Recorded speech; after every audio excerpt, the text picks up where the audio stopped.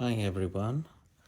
I wanted to make a short video more as a reference for myself so that I remember how to do um, hand quilting with my thimbles and everything, which I finally figured out what works for me to do the rocking motion.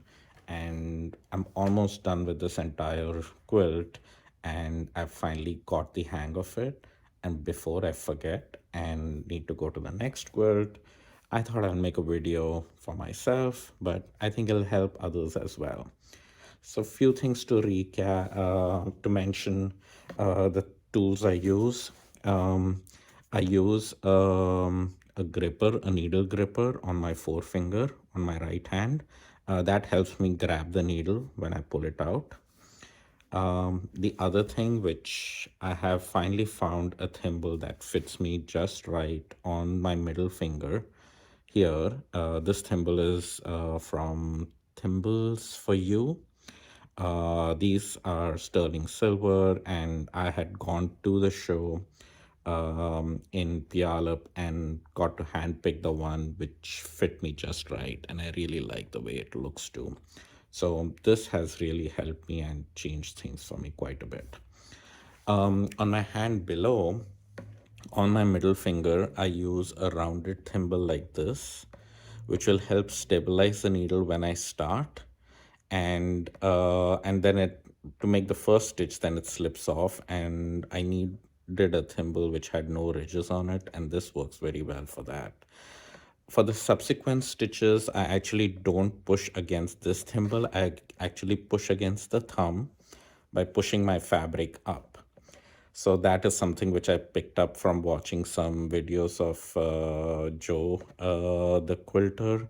I'll put a link to his video in my video down below. So essentially, and the needles, very important. I use these John James size 6 embroidery needles, and that works well.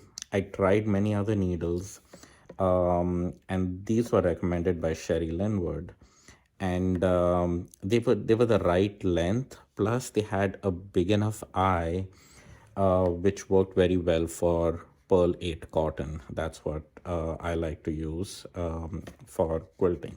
I On this quilt I've used many different threads. This entire quilt has been a big experiment thing, and of course scissors, any scissors will do. But I would suggest, if you're starting off, try different thimbles, try different needles, try different threads, try different ways of putting a sandwich together and holding a sandwich. I tried the round circular hoop first. I was finding it hard. I felt I needed a third hand to hold the loop and quilt. I did manage, some of this quilt was done on that.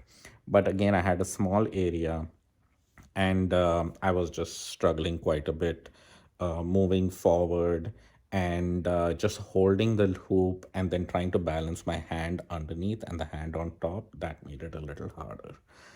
So now I'm just going to go ahead and thread the needle. Just don't take a very long piece of thread. I should probably get rid of all the junk out here I have. And the old-fashioned way of threading a needle. And I haven't gotten very good at that yet, but I try. See, this is proof I've not been doing it a lot. So this is not an expert video, and like I said, um, this is the first time I have kind of got the hang of that rocking motion of the needle. So I'm making this video essentially to document it for myself, and if it helps others, and that's great too. That's what usually happens. I land up pushing only one ply thread through, and then it does this weird thing. So I have tried needle threaders, and they do work well, but what I found is they usually land up splitting my thread as well. So when it happens, it goes smoothly. It's nice. To start, I start without a knot.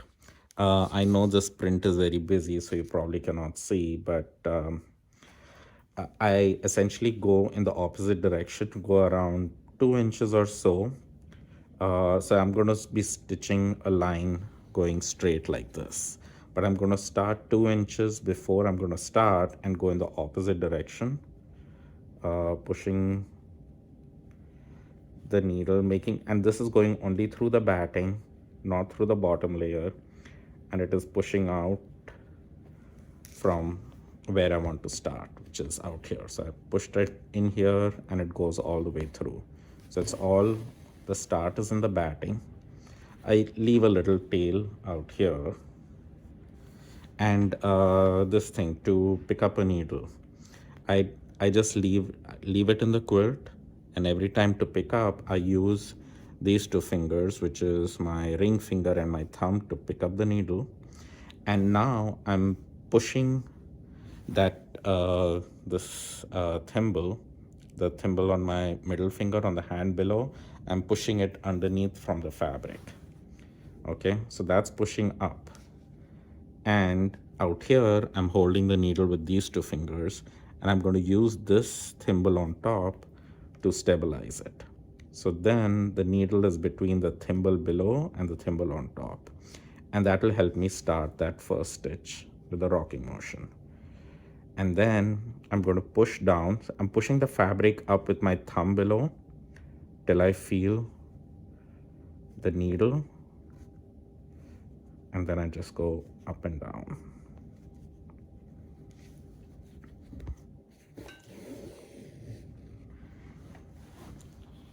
All right, and that's essentially it. Again, I'm going to push up with my hand below, balancing it on the two thimbles, making my first stitch.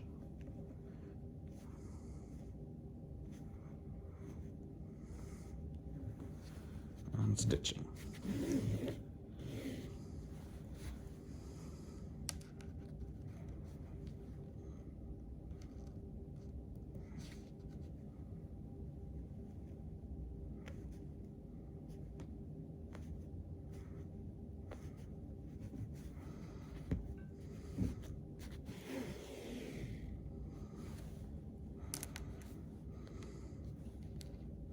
Again, pushing with my thimble below, balancing these two, which helps me rock for the first stitch, then push out, push down, but I'm pushing the fabric up with my thumb.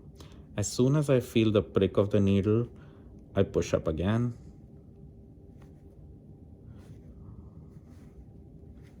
And there.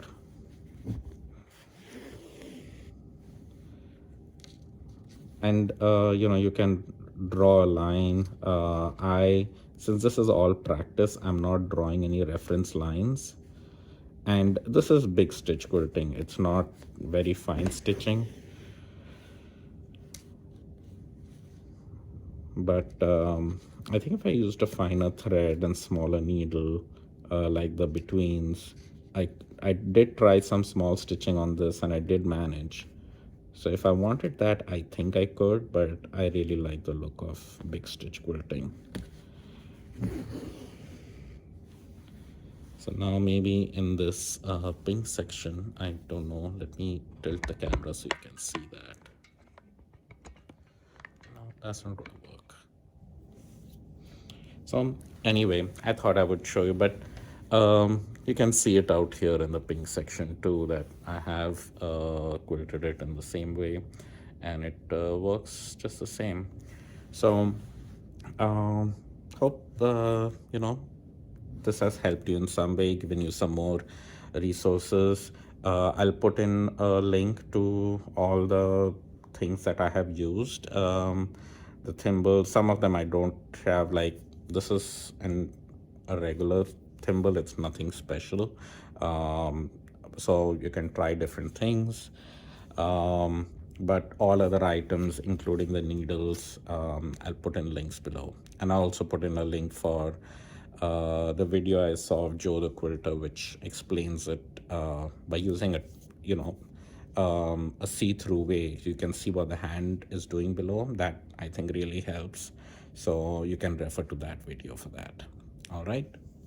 Take care. Bye.